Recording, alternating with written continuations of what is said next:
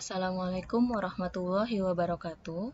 Di video ini saya akan menjelaskan materi perkuliahan Lab Akuntansi Zahir Accounting pertemuan minggu kedua.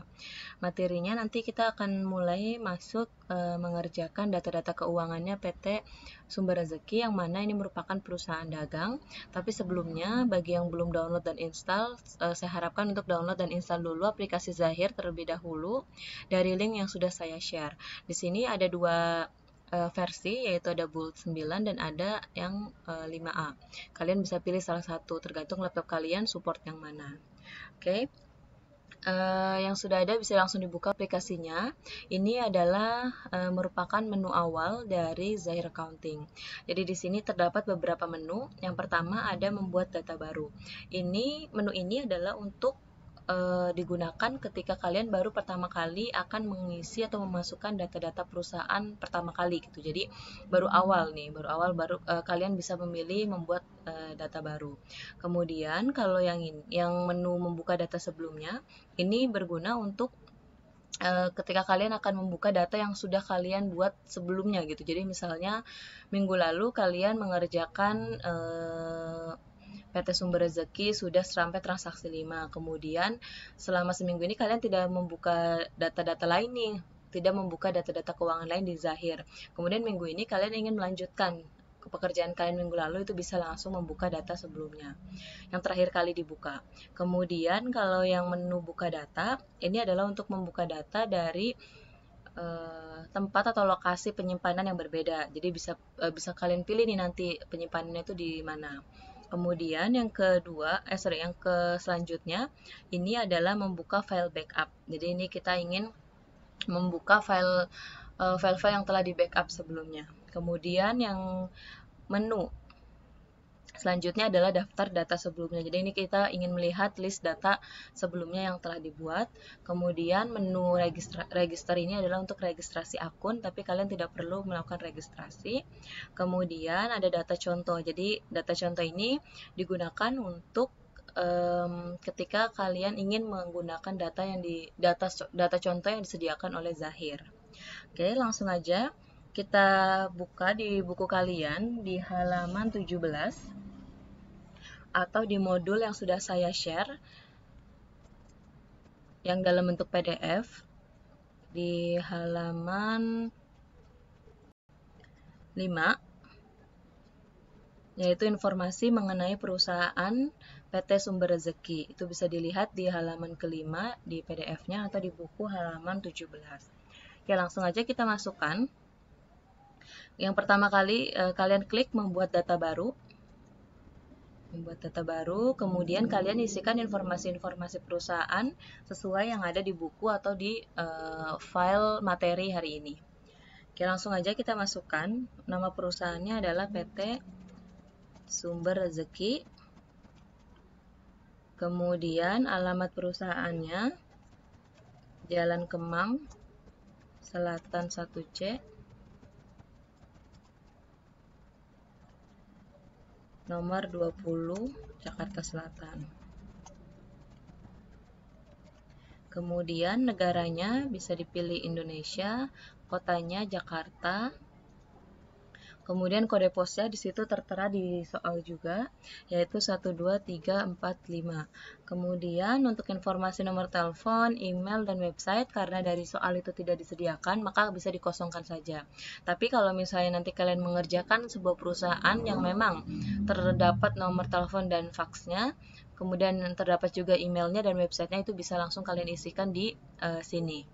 Kemudian setelah diisi semua, kita lanjutkan, klik lanjutkan. Kemudian ini jangan sampai salah ya, jadi bulannya kita ganti jadi bulan Januari karena memang kita ingin menginput datanya itu dari bulan Januari sampai dengan tahun berakhirnya adalah di bulan Desember. Jadi ini Januari tahunnya 2021, kemudian tutup buku akhirnya adalah bulan Desember. Kemudian selanjutnya kalian perhatikan lokasi dan nama file. Kalian pilih kotak yang ada di sini, kotak kecil ini, untuk menentukan di mana sih kalian ingin menyimpan file ini gitu. Jadi nanti ketika kalian akan buka lagi itu gampang carinya. Yang penting kalian ingat kalian simpannya di mana. Oke, langsung kita ganti namanya. Untuk tanda bintangnya bisa kalian hapus ya. Kalian hapus, kemudian kalian ganti menjadi PT Sumber Rezeki namanya. Oke, setelah itu klik save. Nah, kalian pastikan di sini di bagian lokasi dan nama file, pastikan di sini penyimpanannya ini adalah penyimpanan yang memang kalian inginkan gitu, sudah sesuai dengan yang kalian mau disimpan di mana. Kemudian setelah sesuai, kalian pilih lanjutkan. Untuk departemen ini nolkan saja karena kita tidak menginput nama-nama departemen di PT Sumber Rezeki. Kemudian lanjutkan. Nah, ini adalah konfirmasi akhir. Jadi ini resume data-data yang telah kita isi. Ini bisa kalian baca dulu, kalian perhatikan. Jika memang ada kesalahan, bisa kalian klik kembali untuk mengedit. Tapi kalau memang tidak ada kesalahan lagi dan semuanya sudah sesuai dengan yang diharapkan, maka kalian pilih proses. Oke, sekarang ini dia si Zahir ini sedang mempersiapkan data-data yang akan kita butuhkan. Jadi kita tinggal tunggu aja. Oke, di sini selanjutnya adalah jenis usaha. Nah, di informasi di soal itu sudah diketahui nih bahwa jenis usahanya si PT Sumber Rezeki adalah perdagangan umum. Jadi, bidang usahanya ini kalian pastikan dia adalah perdagangan umum. Nah, kalau kalian klik tanda panah ke bawah ini, sebenarnya banyak nih jasa-jasa lain. Ada jasa umum, manufaktur, konsultan, lembaga pendidikan, dan sebagainya. Tapi karena yang kita input adalah PT Sumber Rezeki, dan PT Sumber Rezeki itu merupakan perusahaan perdagangan umum, jenis perusahaannya, atau bidang usahanya, maka kita pilih perdagangan umum. Selanjutnya, kita klik lanjutkan. Oke, ini adalah informasi bahwa untuk memastikan kalau kita itu memilih bidang usaha yang sesuai. Anda telah memilih bidang usaha perdagangan umum, kemudian lanjutkan proses, kita pilih ya. Kemudian ini proses sedang menyiapkan akun-akun yang ada di dalam nanti laporan keuangannya. Jadi dia sedang mempersiapkan akun-akun yang dibutuhkan.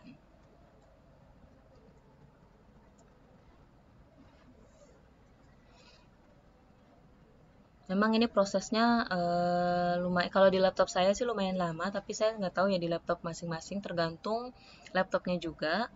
Karena mungkin di laptop saya, karena sudah banyak datanya, jadi mungkin agak lemot kali ya.